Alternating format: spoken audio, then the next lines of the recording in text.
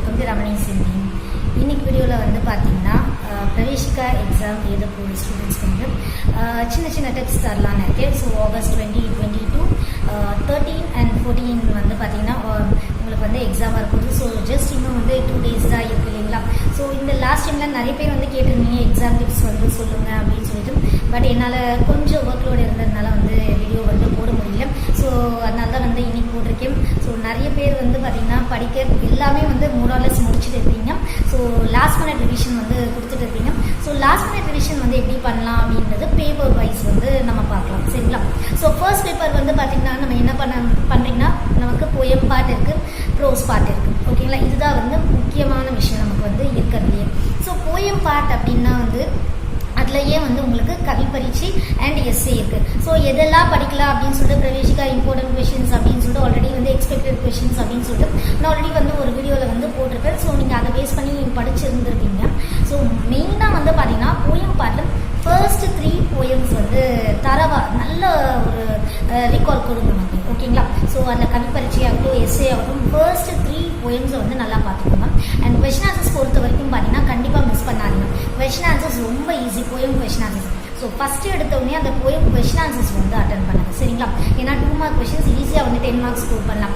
At least வந்து ஒரு 6 poems or 7 poems உடைய கொஷின் ஆன்சர்ஸ் வந்து படிங்க.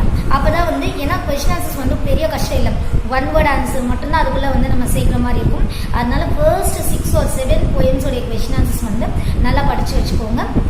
அண்ட் கவி பரீட்சை அண்ட் சாராம்ஷ் பொறுத்த வரைக்கும் ஃபர்ஸ்ட் 3 poems வந்து படிச்சுக்கோங்க, ஓகேங்களா. அடுத்தது வந்து ப்ரோஸ் பார்ட்டை பொறுத்த வரைக்கும் என்னன்னா நீங்கள் ஒரு எஸ்ஏ படிச்சிங்கனாலே அந்த எஸ்ஏலேருந்தே வந்து நீங்கள் வந்து டிப்னியும் வந்து ரைட் பண்ணலாம், ஓகேங்களா. ஸோ அந்த எஸ்ஏலேயே வந்து நீங்கள் டிப்னிக்கும் வந்து ஷார்ட்டாக எழுதலாம். இப்போ அந்த எஸ்ஏ சம்மந்தமான டிப்னி கேட்டாங்கன்னா அந்த எஸ்ஏவே ஷார்ட்டாக ரைட் பண்ணுங்கள். அந்த 5 marksக்கு ஏற்ற மாதிரி வந்து எழுதி வச்சா போதும். அண்ட் 5 mark கொஷின்ஸ் அதில் தான் வந்து ப்ரோஸ் தான் நமக்கு 5 mark கொஷின்ஸ் இருக்கும். ஸோ அதுக்கும் நீங்கள் எஸ்ஏல இருக்கக்கூடிய அந்த பார்ட் மட்டும்தான். ஸோ அது ரிலேட்டடாக என்ன இருக்கோ அந்த எஸ்ஏல அதை மட்டும்தான் ரைட் பண்ண போறீங்க, ஓகேங்களா. நீங்கள் வந்து ஒரு 5 essays இல்லைன்னா 4 essays படிச்சிருக்கீங்க, ஃபர்ஸ்ட் 4 essays படிச்சிருக்கீங்க அப்படின்னு வச்சுக்கோங்களேன். கண்டிப்பாக அதுலேருந்து நீங்கள் வந்து சூப்பராக வந்து எழுதலாம், ஓகேங்களா. வந்துச்சுன்னா கண்டிப்பாக அதுல இருந்து ஒன்றாச்சும் வரும். ஃபர்ஸ்ட் 4 essays படிக்கிறீங்க அப்படின்னாலே கண்டிப்பாக ஒரு எஸ்ஏ வந்து உங்களுக்கு அதுலேருந்து வந்துடும், ஓகேங்களா. டிப்னி அண்ட் கொஸ்டின் ஆன்சர்ஸ் பொறுத்த வரைக்கும் தான் கொஞ்சம் நிறைய எஸ்ஏஸ் வந்து படிக்கிற மாதிரி இருக்கும். ஸோ கொஸ்டின் ஆன்சர்ஸ்க்கு நீங்கள் என்ன பண்ணலாம் அப்படின்னா ஃபர்ஸ்ட் 4 essay படித்தா பத்தாது, ஓகேங்களா. ஏன்னா 3 questions அட்டெண்ட் பண்ணணும். ஸோ அதுக்கு நீங்கள் என்ன பண்ணலான்னா இதுக்கு முன்னாடி ப்ரீவியஸ் எக்ஸாம்ஸோடைய மாடல் பேப்பர் வச்சுருக்கீங்க, ப்ரீவியஸ் எக்ஸாம் கொஷின் பேப்பர் இருக்குது அப்படின்னா அதில் இருக்கக்கூடிய ரிப்பீட்டடாக கேட்கக்கூடிய கொஷின்ஸ் வந்து பார்த்து வச்சுக்கோங்க. அதை மட்டும் வந்து மார்க் பண்ணிக்கோங்க. லைக் நிறைய விஷயங்கள் வந்து பார்த்தீங்கன்னா பிரசாத் ஜிகே, நாட்டகம், லோபு. ஸோ இந்த கொஷின்ஸ் எல்லாம் வந்து பார்த்தீங்கன்னா ரிப்பீட்டடாக இருக்கும். தினச்சரியா, பிரேம்சந்த் கி தினச்சரியா. ஸோ இது எல்லாமே வந்து பார்த்தீங்கன்னா நிறைய ரிப்பீட்டடாக வந்து கேட்டுட்டு இருப்பாங்க. ஸோ அந்த மாதிரி ரிப்பீட்டடாக கேட்குற கொஷின்ஸை மட்டும் வந்து படித்து வச்சுக்கோங்க, ஓகேங்களா. ஸோ க்ளோஸில் இந்த விஷயங்கள் தான் எஸ்ஏ சாராம்ஷ், டிப்னி அண்ட் கொஸ்டின் ஆன்சர்ஸ். அதுக்கப்புறமா அதில் இருக்கிற டயலாக்ஸ், ஓகேங்களா. ஸோ டயலாக் அப்படின்றது கொஞ்சம் உங்களுக்கு நிறைய பேருக்கு வந்து கொஞ்சம் டவுட்ஃபுல்லாக இருக்கும். ஸோ இந்த டயலாக்ஸ் எல்லாமே வந்து லாஸ்ட்டாக ரைட் பண்ணுங்க, ஓகேங்களா. நீங்கள் படிச்சிருக்கீங்கன்னா ப்ராப்ளம் இல்லை, நீங்கள் நல்லா எழுதிப்பீங்க. அதை வச்சு தெரிஞ்சுக்கலாம் இது எந்த எஸ்ஏலேருந்து வந்திருக்கு அப்படின்றது. ஸோ போயம் இஆர்சியும் சரி அண்ட் ப்ரோஸோட இஆர்சிஸும் சரி உங்களுக்கு டவுட்ஃபுல்லாக தான் இருக்கும். ஸோ அதில் இருக்கிற விஷயங்களை வந்து நீங்கள் லாஸ்ட்டாக அட்டென்ட் பண்ணுங்க. அதுக்கு முன்னாடி கவி பரீட்சை, சாராம்ஷ் அண்ட் ப்ரோஸோட சாராம்ஷ், டிப்னி, கொஸ்டின் ஆன்சர்ஸ் இது எல்லாத்தையும் கம்ப்ளீட் பண்ணிடுங்க, ஓகேங்களா. ஸோ இது எல்லாமே வந்து கம்ப்ளீட் பண்ணாலே வந்து உங்களுக்கு போதும். அண்ட் தோஹே இருக்கும். தோஹே ஒன்றுமே இல்லை, நீங்கள் எல்லாமே படிக்க வேண்டியது தான். ஸோ எது கேட்பாங்க அப்படின்னு நம்மளால எக்ஸ்பெக்ட் பண்ணவே முடியாது. அதனால் தோஹே எல்லாமே வந்து படிச்சுக்கோங்க, சரிங்களா. ஸோ இதோட ஃபர்ஸ்ட் பேப்பர் கம்ப்ளீட் ஆகுது. ஸோ இஆர்சிஸ் மட்டும் லாஸ்ட்டாக அட்டென்ட் பண்ணுங்க. ஆனால் இஆர்சி விடாதீங்க கண்டிப்பாக. அட்லீஸ்ட் உங்களுக்கு வந்து இது எந்த போயம்லேருந்து வந்திருக்குனாச்சும் உங்களால் ஐடென்டிஃபை பண்ண முடியும், இல்லைன்னா எந்த எஸ்ஏலேருந்து வந்திருக்குனாச்சும் உங்களால் ஐடென்டிஃபை பண்ண முடியும். அட்லீஸ்ட் அந்த எஸ்ஏ நேம், ஓகேங்களா. அந்த எஸ்ஏ நேம் அதோட ஆத்தர் யார் அப்படின்றதாச்சும் சாராம்ஷில் வந்து சந்தர்ப்பில் வந்து ரைட் பண்ணுவீங்க. யாக்கியா தெரியலன்னா கூட சந்தர்ப்பியாச்சும் அந்த விஷயத்த வந்து ரைட் பண்ணுவீங்க, ஓகேங்களா. ஸோ இதோட வந்து ஃபர்ஸ்ட் பேப்பர் வந்து கம்ப்ளீட் ஆகுது. அடுத்தது வந்து பார்த்தீங்கன்னா செகண்ட் பேப்பரில் ஃபர்ஸ்ட் எடுத்தோடனே நமக்கு வந்து காந்திஜியோடைய லெசன் பார்ட் வந்து இருக்கும். ஸோ காந்திஜி லெசன் பார்ட்டில் வந்து பார்த்தீங்கன்னா ஃபர்ஸ்ட் 5 படிச்சிங்கன்னா கண்டிப்பாக அதுலேருந்து ஒரு எஸ்ஏ வந்து வந்துடும், ஓகேங்களா. ஸோ ஃபஸ்ட்டு 4 படித்தா கூட ஒரு எஸ்ஏ கண்டிப்பாக வந்துடும். டிப்னியை பொறுத்த வரைக்கும் பார்த்தீங்கன்னா ஃபர்ஸ்ட் 8 படிக்கணும், ஓகேங்களா. ஸோ டிப்னியை பொறுத்தவரைக்கும் ஃபர்ஸ்ட் யூனிட் படிக்கணும். இதுவும் அதே தாங்க. டிப்னி கேட்குறாங்கன்னு வச்சுக்கோங்களேன். அப்போ அந்த லெசனுடைய டிப்னி கேட்குறாங்கன்னா நீங்கள் டிப்னி தனியாக படிக்கணும்னு இல்லை, அந்த எஸ்ஏவே ஷார்ட்டாக 5 மார்க்ஸ்க்கு ஏற்ற மாதிரி என்ன அதுதான் டிப்னி முடிஞ்சிச்சு. ஓகேங்களா. ஸோ அதனால அதுக்குன்னு தனியாக வந்து நீங்கள் படிக்க தேவையில்லை. இந்த அந்த எஸ்ஏவை நல்லா படிச்சுக்கணும். 10 மார்க்கில் கேட்குறாங்களா அது எஸ்ஏவாக ரைட் பண்ணாங்க, 5 மார்க்கில் கேட்குறாங்களா அது டிப்னியில் ரைட் பண்ண முடியுங்க, அவ்வளோதான் விஷயம். பட் அதோட டாபிக் மட்டும் கரெக்டாக வந்து தெரிஞ்சு வச்சுக்கோங்க. ஸோ இது காந்திஜியோடைய பார்ட் வந்து முடிஞ்சிச்சு. அதுக்கு அடுத்தது வந்து பார்த்தீங்கன்னா சத்தியமேவ ஜெயதே ஹரிச்சந்திர பாடம். ஸோ இதில் கண்டிப்பாக வந்து கொஷின் ஆன்சர்ஸ் விடாதீங்க. சூப்பராக ஸ்கோர் பண்ணலான்னா அது இந்த கொஷின் ஆன்சர்ஸ் தான். ஸோ சத்தியமேவ ஜெயதேயில் இருக்கிற question answers first 15 question answers வந்து நல்லா படிச்சுக்கோங்க. அதுலேருந்து அது படித்தாலே வந்து உங்களுக்கு போதுமானது. அதுக்கு அடுத்தது வந்து பார்த்தீங்கன்னா டிப்னி வந்து பெருசாக கிடையாது. கேரக்டர் வந்து பார்த்தீங்கன்னா மொத்தமே 5 தான் இருக்கும். ஓகேங்களா. ஸோ ஃபஸ்ட்டு 2 படிச்சுக்கோங்க போதும். ஓகேங்களா. 3 படிங்க. 3 முடியல அப்படின்னா என்னால் எல்லாம் அவ்வளோ கஷ்டப்பட முடியாது அப்படின்னா நீங்கள் 2 படிங்க போதும். சரிங்களா. உங்களுக்கு கதை தெரிய போகுது. ஓகேங்களா. ஓனாக ரைட் பண்ணுங்க. மெயின் திங் அதுதான் நான் சொல்ல வரேன். யாரும் வந்து பயடெல்லாம் பண்ணாதீங்க. ஓனாக ரைட் பண்ணுங்க. உங்களோட ஓன் டேலண்ட் தான். பிரவேசிக்கான்றது ஹையர் எக்ஸாம். ஸோ நீங்கள் இது வரைக்கும் என்ன ஹிந்தி கற்றுக்கிட்டீங்களோ அதை தான் அங்கே நீங்கள் ப்ரெசென்ட் பண்ணணும். ஸோ ஓன் ப்ரெசன்டேஷனுக்கு தான் வந்து பார்த்தீங்கன்னா நிறைய மார்க்ஸ் வந்து போடுவாங்க. அதனால உங்களுக்கு கதையாக வந்து எழுதுவீங்க. ஹரிச்சந்திர கதை தெரியும். அந்த கதையில் இப்போ ரோஹித் அப்படின்ற கேரக்டர் கேட்குறாங்க. ரோஹித் கேரக்டர் வந்து ஜென்ரல் அவங்களுக்கு ரோஹித் பற்றி என்ன தெரியும் உங்களுக்கு கதை சொல்லியிருப்பாங்க ஜி. ஸோ அதை வச்சு நீங்கள் வந்து ரைட் பண்ணணும். ஓகேங்களா. ஸோ அது இல்லாமல் வந்து பார்த்தீங்கன்னா நம்ம சேனல்லே வந்து அந்த டிப்னிஸ் ரோஹித் கேரக்டரும் இல்லை ஹரிச்சந்திர எஸ்ஏ இந்த மாதிரி எஸ்ஏஸ்க்கான வீடியோஸும் வந்து போட்டுக்க. உங்களுக்கு கதை வேணும், அந்த எஸ்ஏஸோட எக்ஸ்ப்ளனேஷன் வேணும் அப்படின்னா நம்ம சேனல்லே வந்து இருக்கும். பிரவேசிகா அப்படின்ற பிளேலிஸ்ட் இருக்கும். நீங்கள் அதில் பார்த்தீங்கன்னா எல்லா டீட்டெயில்ஸுமே எல்லாத்துக்குமே தனித்தனி வீடியோஸ் வந்து அப்லோட் பண்ணிக்க நீங்கள் பார்த்துக்கலாம்.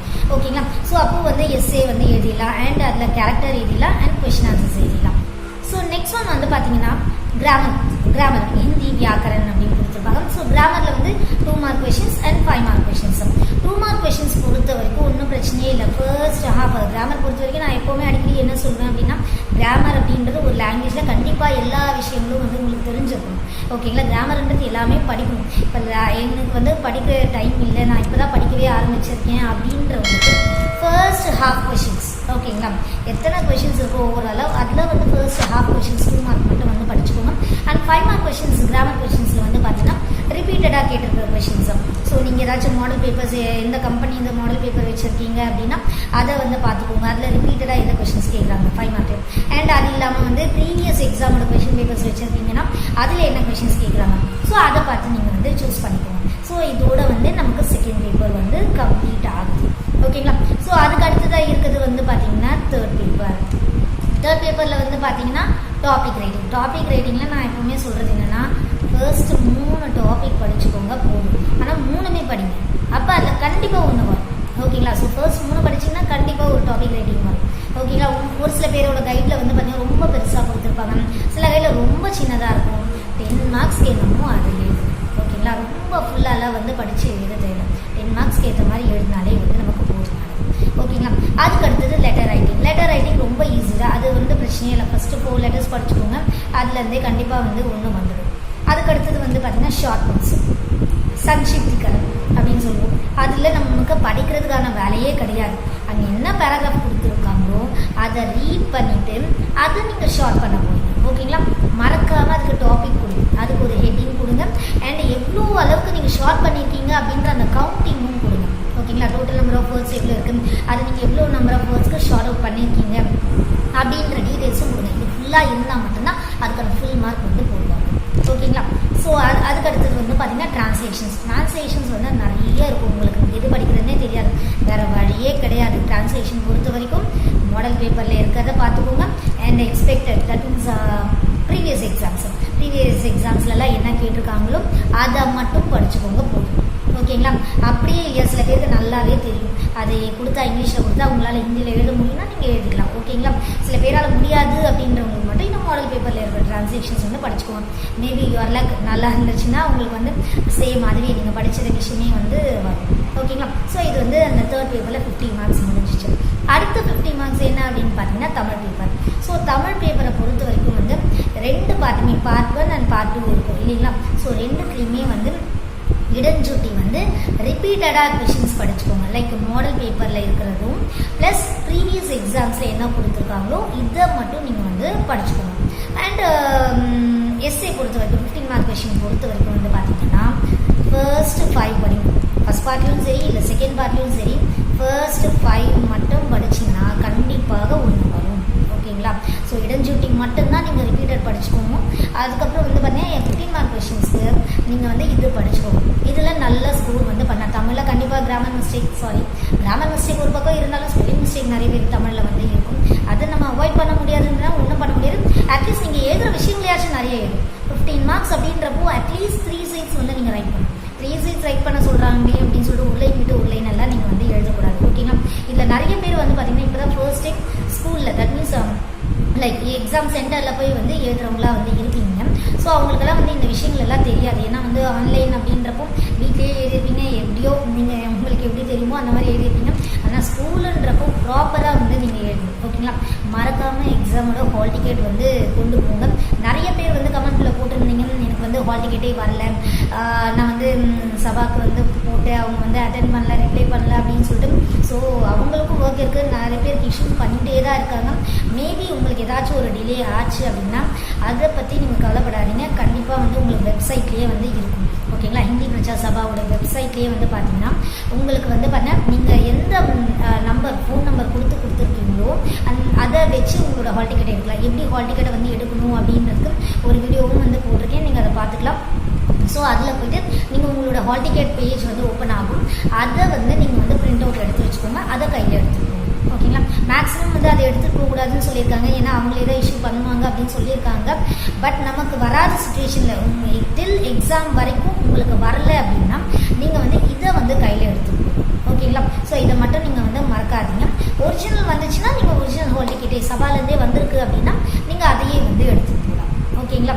So first of all tension ஆகாமல் ஸ்ட்ரெஸ் ஆகாமல் வந்து எழுதுங்க. இது ஒன்றும் பெரிய விஷயமே இல்லை. நீங்கள் கிளாஸஸில் வந்து நீங்கள் என்ன பண்ணிட்டு இருக்கீங்களோ அதுதான் எக்ஸாம் சென்டரில் போய் பண்ண போகிறீங்க. இது தேர்ட் பேப்பர் இது வந்து ஃபோர்த் எக்ஸாம், இது ரொம்ப கஷ்டம் அப்படின்ற ஒரு மைண்ட் செட்லேருந்து முதல்ல வெளில வாங்க. ஏன்னா நிறைய பேருக்கு நான் பார்த்த விஷயம் வந்து அதுதான். நீங்கள் படிச்சிருந்தீங்கன்னா இதெல்லாம் வந்து ஒன்றுமே கிடையாது. நீங்கள் வந்து ஸ்ட்ரெஸ் ஆகுறீங்க அப்படின்னா நீங்கள் படித்த விஷயங்கள் கூட வந்து மறந்து போயிடும்.